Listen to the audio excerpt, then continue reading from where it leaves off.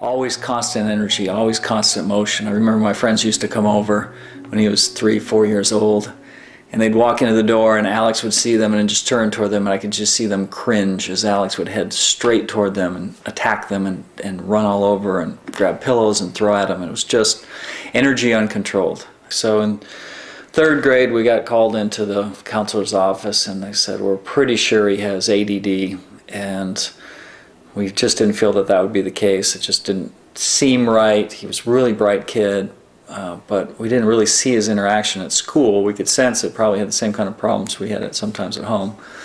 But it didn't seem like an ADD really, as we understood it. Kind of the capping moment was in 5th grade. He came home and reported that the class had all the students got voted something. And he was happy to report that he had been voted class clown. And it just broke my heart.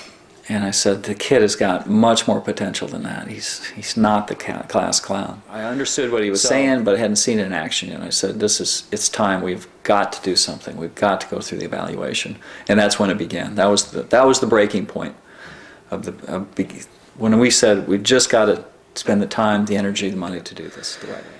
And then there's this point of leap of faith. You know you got to do something, and what are you going to do?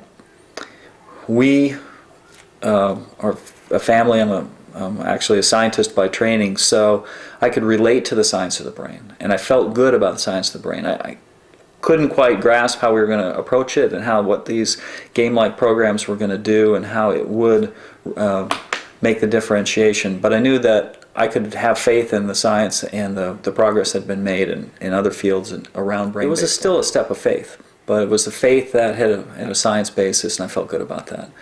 And if you've done your research as a parent and you realize that there's some quackery out there, but if you look at the underlying science, this stuff is real.